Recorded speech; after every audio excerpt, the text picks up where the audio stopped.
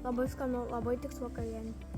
Cukinijų vafliai be pieno produktų, be glitimo, be cukraus ir labai greitai paruošiami. Tau reikės 2 jaunų cukinijų, jas sutarkuok per smulkę burokinę tarką, apibarstyk truputį druskytės ir palik keletui minučių ir vėliau nusunk sultis. Įmušk 2 kiaušinius, įdėk apie stiklinę viso grūdo avižinių miltų, taip pat apie 1/3 stiklinės ypač tyro alyvuogių aliejaus, truputį ciberžolės, persilado prieskonių, kuriuose yra ir česnakėlio, ir petražolių, be galo gardu ir sveikatai palanku.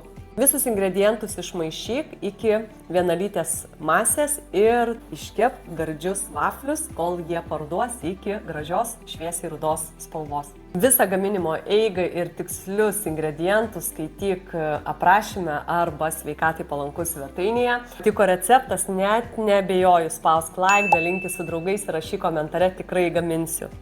Sek mane socialiniuose tinkluose, Facebook, Instagrame ir gauk naujausią informaciją iš manęs ir būk pirmas, kuris pasinaudos mitybos ir gyvenimo būdo patarimais. Įsigyk mano knygą Pusryčiai, pietūs ir vakarienė ir gauk net 65 receptus ir tau nereikės sukti galvos, ką valgyti pusryčiam, pietum ir vakarieniai reguliariai, sveikai ir skaniai.